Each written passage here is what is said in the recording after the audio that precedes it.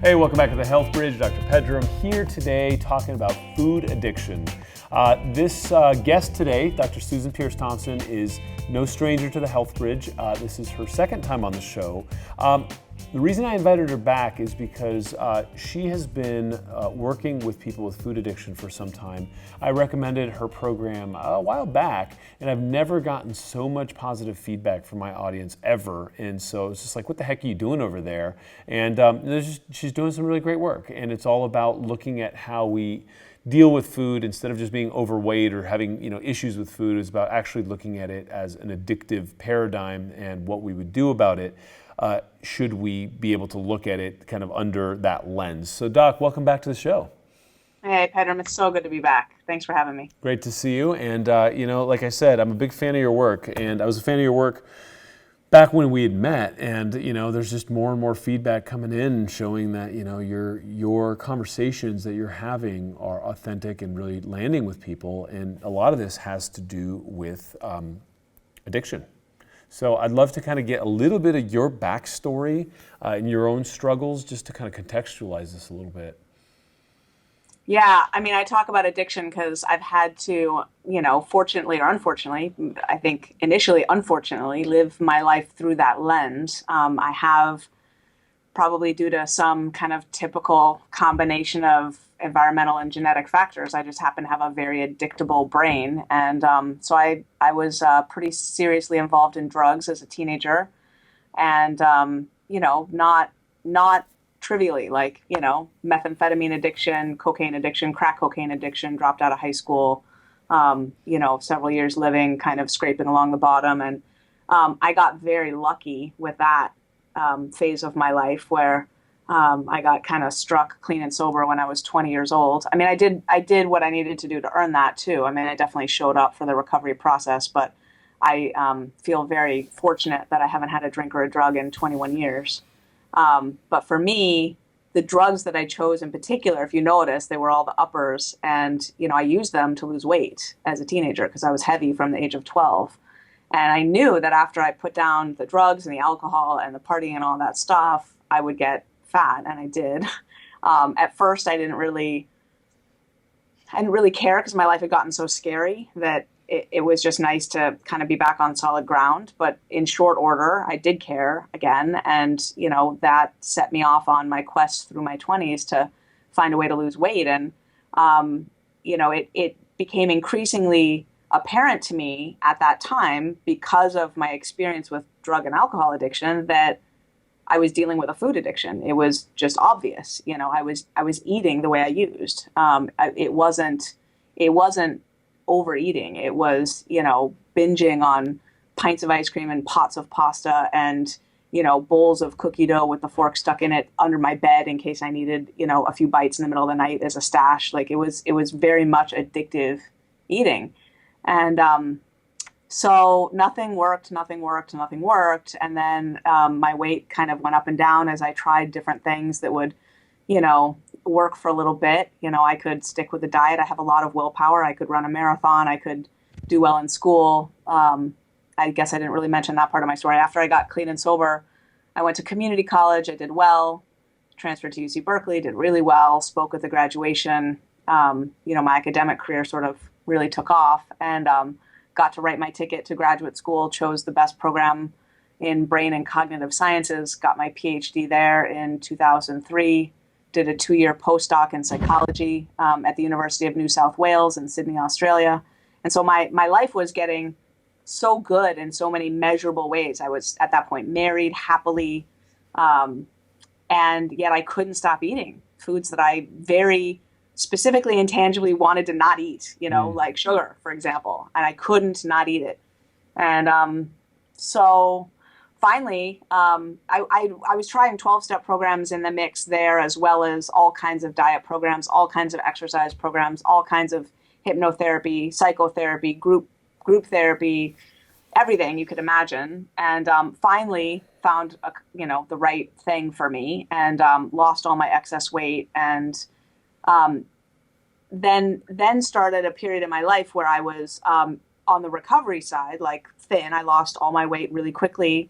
I've been living in a size 4 body now for like almost 13 years, which You probably know it's not that common that actually someone who's obese loses weight and stays thin for over a decade. I think I'm in the top 1/100th of 1% of successful weight loss maintainers. It's like Yeah. crazy rare. And there's like this Biggest Loser article out now, like describing why it's so rare. Like the body fights you, and tries not to let you stay thin long term. But anyway, so yeah, so that started a time in my life where I was kind of like immersed in this in two clear ways. I was working with people to help them lose their weight because, after I was able to do it, I, developed a real soft heart for people who are really struggling to lose weight. So I was helping people, and I was teaching a college course on the psychology of eating with a big fat unit on, no pun intended, on the neuroscience of food addiction. And that brings us up almost to the present day where kind of in my morning meditation, the universe told me to write a book about what I knew. And that brings us, to Bright Line Eating and to what I'm doing today. So that's my backstory. It's kind of a wild ride of a backstory. Well, yeah, well, and it's a wild ride, and also you've run those miles, which qualifies you. So you're actually sitting in your office at the university that you teach at right now, and so you went from you went from the kind of Skid Row level all the way up to Ivory Tower, and at this point, your personal addiction transferred over to food, and now you've been helping people understand food addiction. Let's understand what foods are addictive here, just to kind of lay the foundation. Are all foods addictive? Are there certain foods that are more addictive? Yeah, definitely certain foods are more addictive. It's kind of funny because for some people, any given food could be addictive because quantities and the like chewing and swallowing thing in and of itself can be addictive. But that said, generally speaking, I believe the addictive foods are sugar and flour. And if you think deeply, Pedram, about what's in a drug, right? Got drugs? Like what's in a drug? Mm-hmm. I think the drugs that everybody kind of accepts as drugs are heroin and cocaine. They're just sort of canonical, classic, paradigm exemplar sort of drugs, right? But if you think about what those are, how do we get those? How do we make them? They come from nature. But then we bastardize them, right? So in cocaine, we take the coca leaf off the coca plant, and that leaf in and of itself, you can chew that, and it does have a little bit of an effect. It'll make your cheek a little numb. It'll give you a little lift, kind of like you just had maybe half a cup of caffeinated tea, right? It doesn't do that much for you, and nobody's going crazy down in Colombia from chewing coca leaves. But we take the inner essence of those leaves, and then we refine and purify that into a fine white powder, and now we've got cocaine. And now we have something that the brain interprets very differently than the substance in its natural form from the plant. And it's the same with heroin. Heroin comes from poppies, and you can sit in a field of poppies all day long, and you can eat those poppy flowers. You'll fail a piss test. Like you'll test positive for opium, but I don't know, maybe it'll like numb your pain a little bit as you're sitting there in the field, but really it doesn't actually do that much to you until you take the inner essence of that flower and you refine and purify it into a fine brown powder, and now you have heroin. And so I think of sugar and flour as very similar. We've taken natural plant substances, whether it's beets or corn or wheat or rye or barley or whatever, and we've taken the inner essence of it and we've refined and purified it into a fine powder. We've taken natural foods and we've turned them into drugs. So our food supply is basically now laced with drugs. And a lot of people talk about fat and salt as being the addictive foods with sugar, and they leave out flour, which I think is a big mistake. Pizza is one of the top 3 most addictive foods for a reason. And I got to tell you, it's not tomato sauce.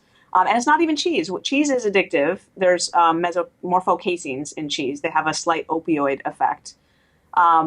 But if you put cheese and sauce on broccoli, it's yummy, but nobody gets up at, nobody at midnight is like calling up to like have cheese with, broccoli and sauce ordered in. Like it just doesn't quite have the same impact. It's the bread, the pasta, the crackers, the bagels, the flour substrates are the other big substrate.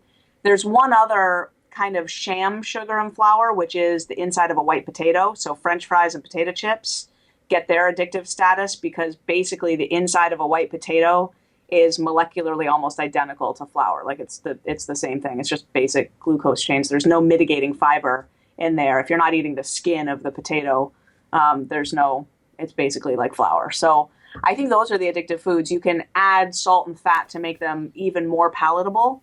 But the basic substrate of the addictive foods are sugar and flour. Like if you take sugar and flour out of your food supply entirely, you now have foods as substances that you can eat in moderate quantities without triggering the part of the brain that's going to make you, crazy with cravings, crazy with, eating more than you intended to eat, et cetera. So to be clear, there's a lot of people now that are like, well, I'm having a gluten-free flour, right? Right. Flour's flour, and even if they to be clear, flour's flour, and gluten-free foods are some of the most unhealthy foods on the market. I have Hashimoto's, so someone would say, oh, you should stay away from gluten. I don't eat much grain anyway, so I was just out of curiosity walking up and down the gluten aisle just to see, because I eat oatmeal every morning, and I was kind of thinking, well, maybe it should be gluten-free oatmeal. And I was looking at the horrible, horrible quality of the products that are up and down the gluten-free aisle. There was almost nothing there that I would eat.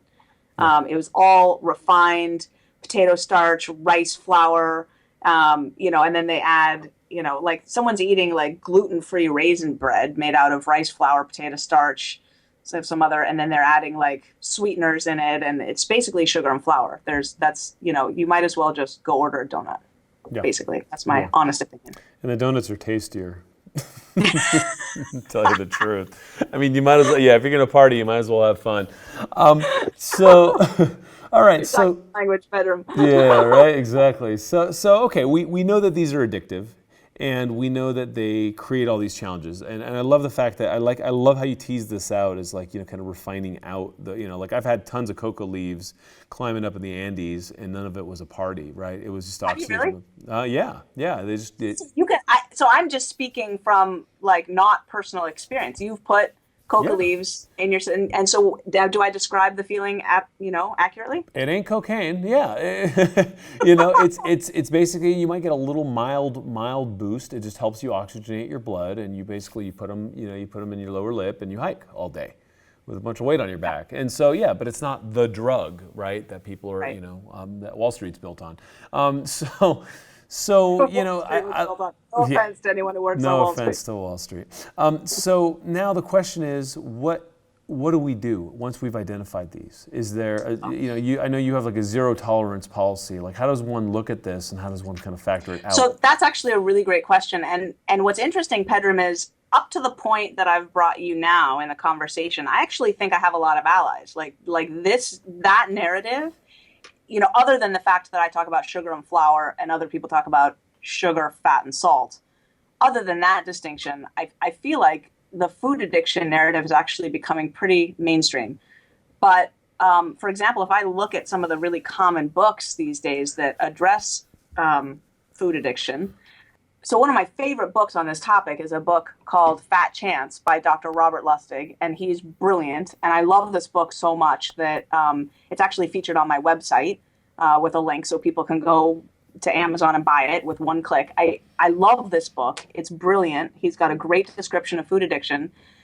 And he basically says, in his professional estimation, weight loss is not possible. And if you really must try something, exercise and eat a lot of fiber. And then he's got like a list of what you should do for your food. And he's got foods listed out in, red, orange, green, like stop, slow, go, right? Or whatever.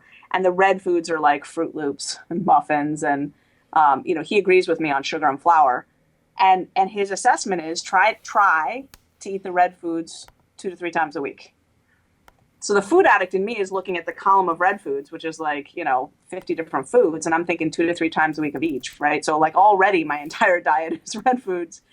But what's interesting to me is, so I just say that really with all respect with Dr. Lustig, it's my point is actually that it's shocking to me how much once we kind of identify food addiction as a problem, our national dialogue completely falls on its face around what to do about that. And so what I like to do is I like to bring people back to cigarettes, because I feel like we're pretty clear as a society on the fact that cigarettes are addictive. Now, let me just say sugar is way more addictive, way more addictive. Let me just tell you how much more addictive. So if you take cocaine, which is more addictive than cigarettes, you take cocaine and you give rats the choice of sugar or cocaine, they choose sugar. Now, if you sweeten the deal and you pre-addict the rats to the cocaine, like you give them intravenous injections of cocaine after cocaine after cocaine after cocaine, and then you give them a choice between sugar and cocaine, they choose sugar. Wow. And they'll choose saccharin as well. So it doesn't have to be sugar per se molecularly. It can be anything sweet that goes on the tongue. Doesn't matter what it is.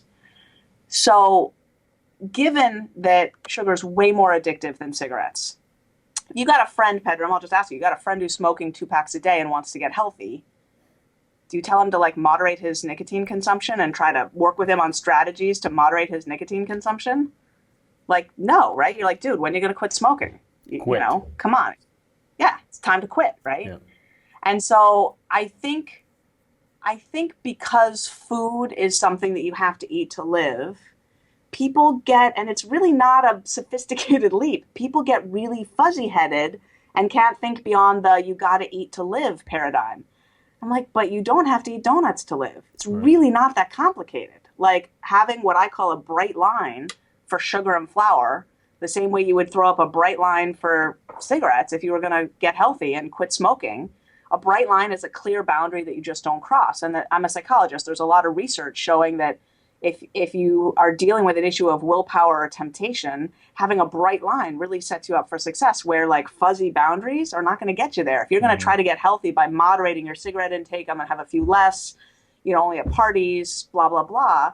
Good luck with that. But quitting is something very definitive. You know when you've done it. You know what your standard of behavior is at any given moment.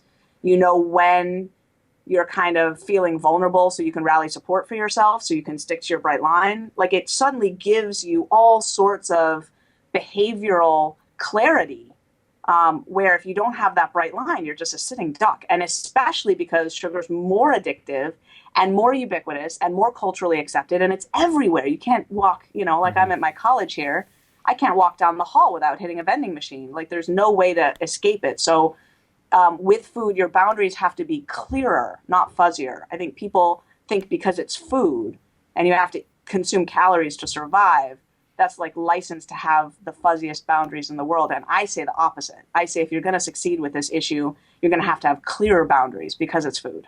So there's a couple challenges with that, and they're kind of sociological and just kind of logistic, right?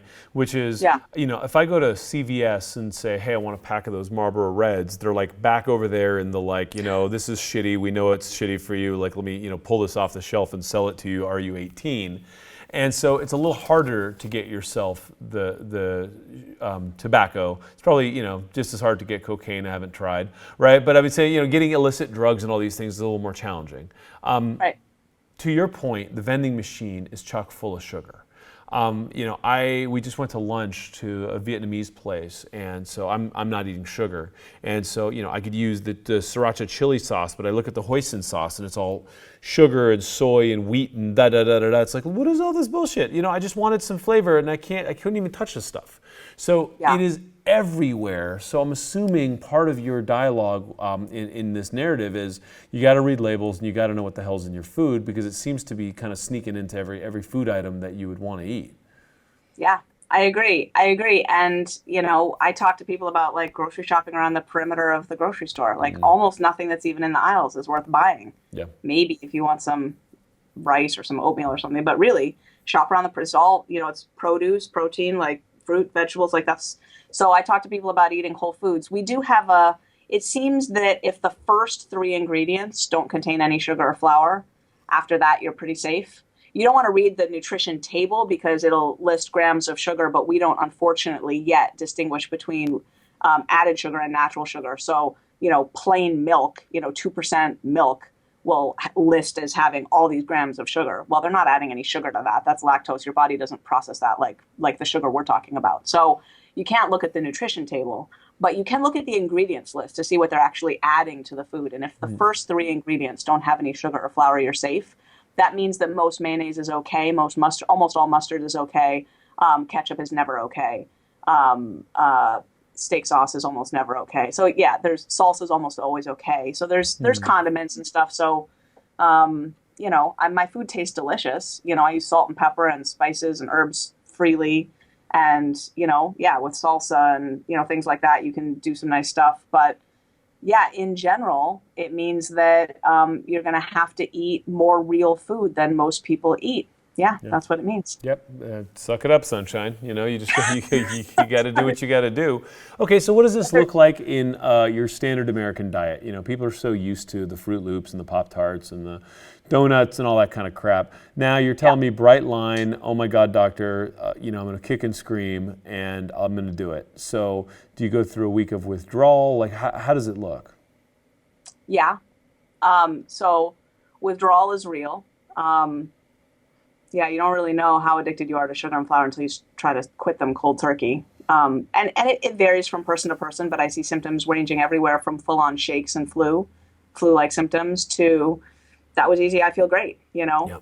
It's a remarkable range.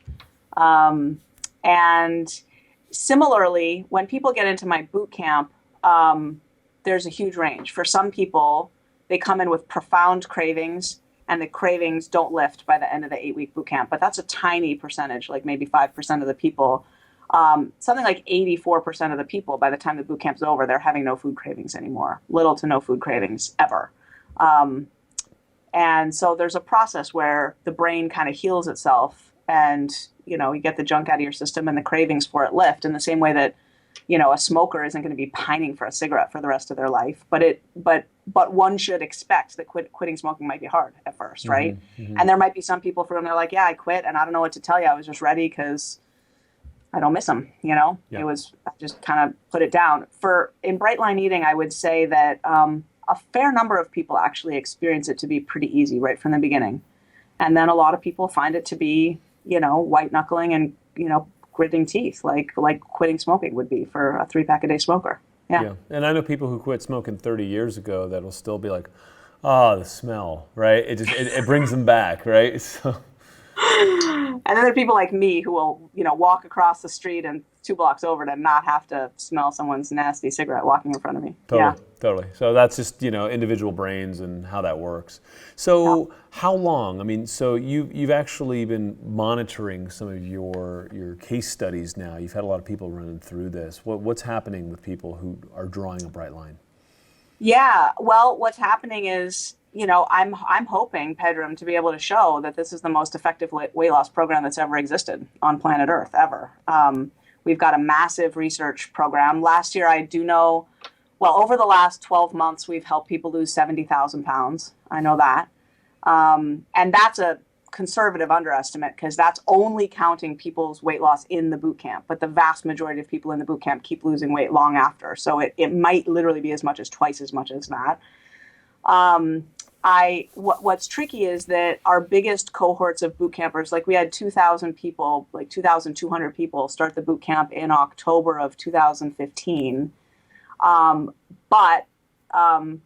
If someone's got 100 pounds to lose, they haven't finished losing that weight yet. So what I don't have are the current stats on, of the people who started obese, what percentage of them lost all their excess weight and are now keeping it off. That's the stat that really matters to me because we have pretty good data out in the general population that of people who are obese in any given year, 1% will lose their weight down to a normal weight. And I will just say that in bright line eating, our normal tends to be quite a bit thinner than the BMI normal. So for example, I'm 5'3". According to the BMI, I could weigh as much as 140 pounds without being overweight. But on my body, 5'3" and 140 pounds, I feel very overweight at that weight. I need to be more in the range of 110 to 115 personally to feel slender. 120 is all right. But if you look at actual BMIs, we're getting people probably much lighter than any other program is getting people also. Like to actually, for someone who's struggled with weight their whole life, to get them actually truly, in by eyes, by feel, a slender, fit body is incredibly rare. And that's what we do at Bright Line Eating. So now I'm not the thin police, I know thin is not well. I was thin on methamphetamine. I was not well. So Totally. I certainly don't just go around saying you need to be thinner, but we do talk a lot about reaching the point in your body where your body kind of almost disappears to you. Like when you sit down, you're not thinking about rolls in your stomach showing. When now everybody's stomach makes rolls when you sit. I just mean like you're not blousing out your shirt so that it doesn't show. And, like you could lie on the floor and hug your knees to your chest and roll around if you wanted to, you know what I mean? Like a real sort of freedom. Functional, in yeah. your body, functional freedom in your body. We talk about that a lot. And everybody's really different. Some people want to get really quite fit, slender, trim, lean, whatever. And other people are like, hey, I'm kind of in the normal range and I feel good. And it also depends on where they carry their weight and stuff. So anyway, we've got a research program going where we are collecting a lot of data. My book is in the preparation stage. It's going to be coming out in March of 2017, Bright Line Eating, The Science of Living Happy, Thin, and Free, published by Hay House. So I'm excited about that. And the final manuscript is due July 11th. I'm working really hard to get that done.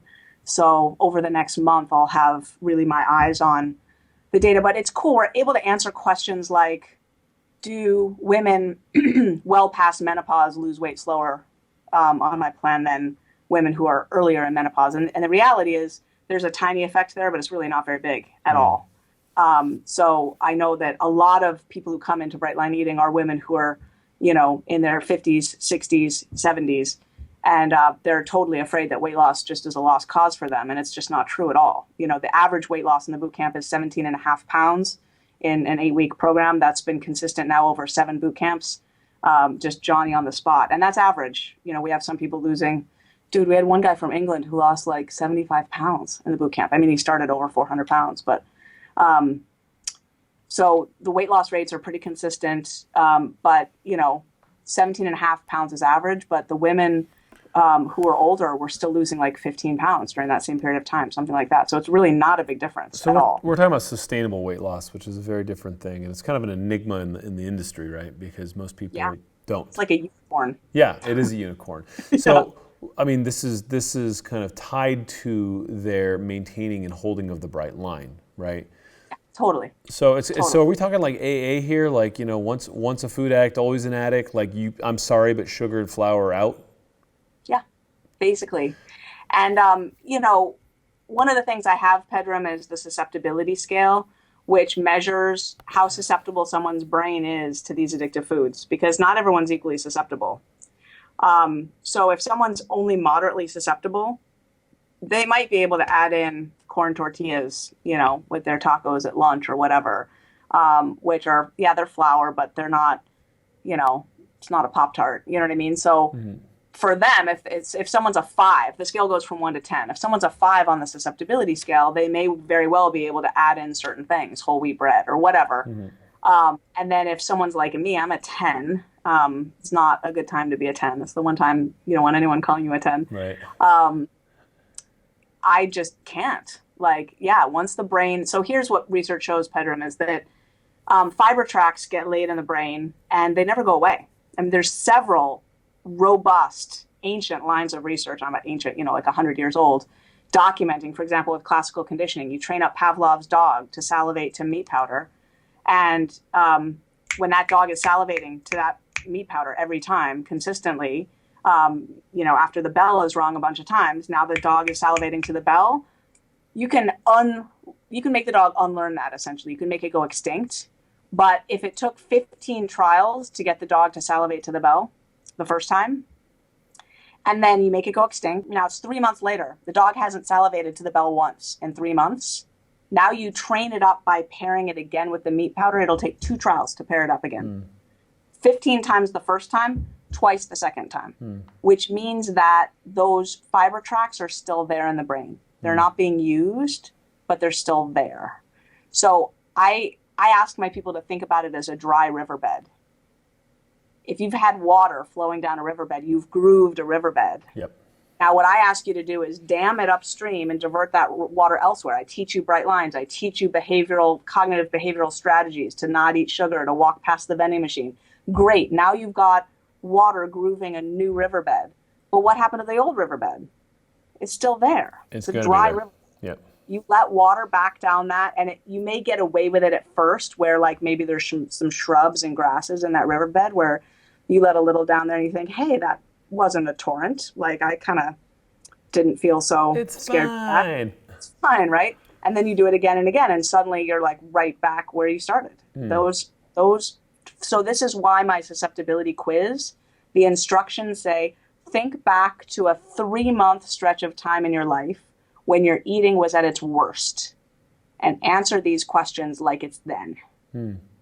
Because whatever you did to your brain then, it's still there underneath. Yeah. And even if you might not be living with those habits right now, you still have the brain of someone who can go there. Yep. So you need to be more vigilant than someone who never binged their brains out, Here's the challenge, which is also, kind of the revolutionary aspect of probably why your stuff works so well, is in our culture, we say, okay, you know what? It's spring, it's going to be summer soon, I got to get into some trunks, I got to get into bikini, it's time to, clean this shit up, right? And so we get all aggressive, we might even decide to do a bright line type of thing and be like, okay, I'm going to basically behave for 3 months, 6 months, whatever. And then once I get there, it's like, okay, cool, now I'm going to reward myself by letting go. Right. And the yo-yo is in effect. And right. So what you're saying is, I'm sorry, but the party's over. You can't go back there. Yeah, and it's interesting, Pedram, because you didn't mention it, but what that question really evokes for me is this notion of lifestyle. When everyone says, well, it can't be a diet, it has to be a lifestyle. And I always challenge people on that because that's such a cliche thing to say. And I say, what do you mean by that? How do you know you've got a lifestyle instead of a diet? If you're going to start today and do something different for the next 2 or 3 weeks, how do you know that what you're doing is a new lifestyle as opposed to a diet? And they look at me like, shit, I don't know. What's the right answer? Right. And what I tell them is, I think it has to do with identity. So someone who becomes vegetarian, even if they've only been vegetarian for 3 weeks, you don't say that's a stupid diet. They don't have a diet. They have a new identity. Yep. They become vegetarian. And in the same way that's not the kind of thing that you kind of, reach your vegetarian goals and decide to quit or whatever. I encourage people to think about building a new identity, someone who doesn't eat sugar and flour, and or a bright line eater or a bright lifer. In my program, we have bright lifers who are people who are, for life. They were bright lifers. This is what we do. Bright line eating is what we do. And it'll come out in their language, Pedram. So if the pumpkin pie is going around at Thanksgiving and the family's passing the pie dish down the table, someone who's on a diet will say, oh, I can't eat any of this. And I'll pass it on with a sigh of regret. But what I can't means is I'm a person who eats crap, and I'm temporarily putting a veneer of healthy eater over me so that I can reach some temporary goal. And when it's done, I'm going to go back to eating crap. What a bright line eater would say is, oh, no, thanks. I don't eat sugar. And they just pass it along. The same way someone in AA would say to the champagne on New Year's Eve, oh, I don't drink. Not, I can't. Do you see the difference? It's a totally different, it's an identity thing. Yep. And so, I am saying the party's over. I'm also saying, just like a non-smoker doesn't pine for a cigarette for the rest of their life, I'm saying it's actually easier because you get everything you ever wanted: to live in a thin body, to feel great about your food choices, to feel healthy, to know that you're empowered to do everything that you ever wanted to do for your health, that you're not going to be regretting that you're getting Alzheimer's, or your joints aren't going to be aching, all that stuff. You're going to get all of that, and it's going to be easy because you just set up the habits and the system just runs automatically. You're not going to be fighting with yourself every day. Will I, won't I? Should I, shouldn't I? I had a little too much for lunch. I'll have less for dinner. I better get to the gym to do some extra because I had something. I cheated here, so I got to compensate for it there. The people who are my people are tired of that head game. They're tired of that thinking. The will I, won't I? Have I, haven't I? Am I on my plan or off my plan? I got to restart. When am I going to have the oomph to give it another try? Is it going to work this time? You're over that. You're done with that. And I know, Pedram, that not everybody's my tribe. Not everybody needs or wants to do bright line eating. I totally get that. This is not for everybody. But I also know that there's somebody who was on the floor crying last night, writing in their journal, saying, why can't I get my food stuff together? Why can't I lose this weight? This is awful and ridiculous. And there's got to be a way. And that's my person, the person who's like desperate, done.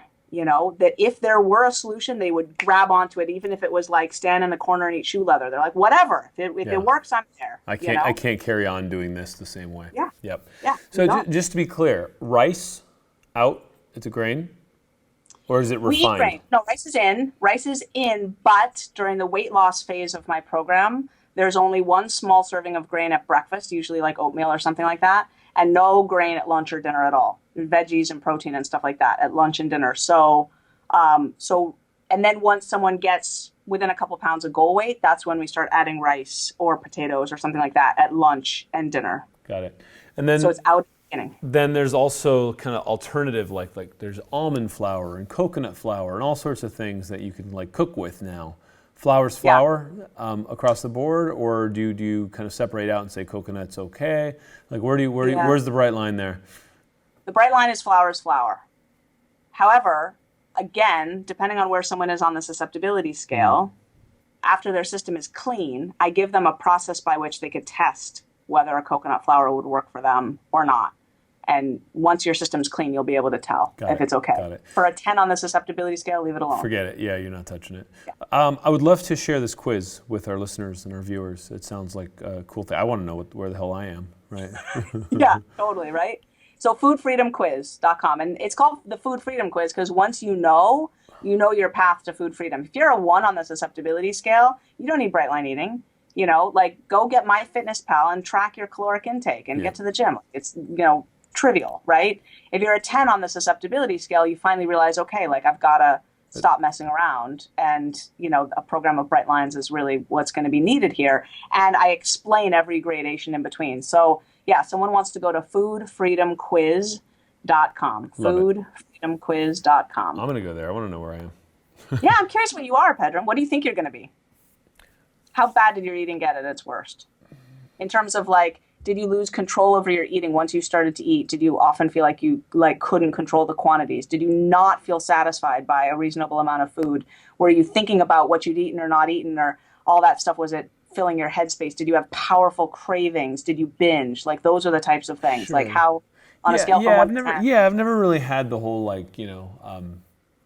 huge weight gain loss issues, but I would say I'd peg myself at the worst as like a 6 or 7.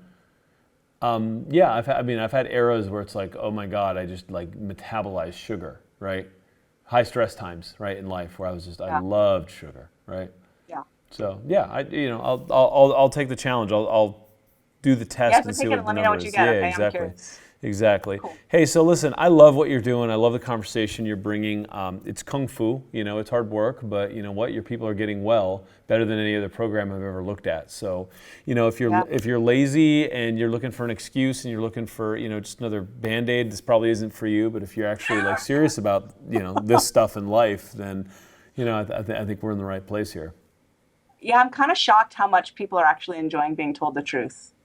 Especially in this area, like there's such a deep wound around don't give me another thing to put on my belly that'll jiggle the fat away. Like I've done all that. Enough. I don't spout a particularly palatable message, no pun intended, but people are eating it up again, no pun intended. Like it's people want to be told the truth around this. They really do. And there's just so much bullshit out there. There's so much market-driven consumerism around weight loss.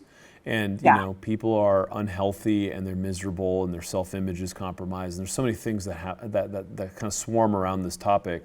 And I think that there's been a lot of exploitation, right? And so, if you're out there. I'm not going to send you any pills or powders or supplements or I'm going to tell you to go to your grocery store and buy whole, real food, you know?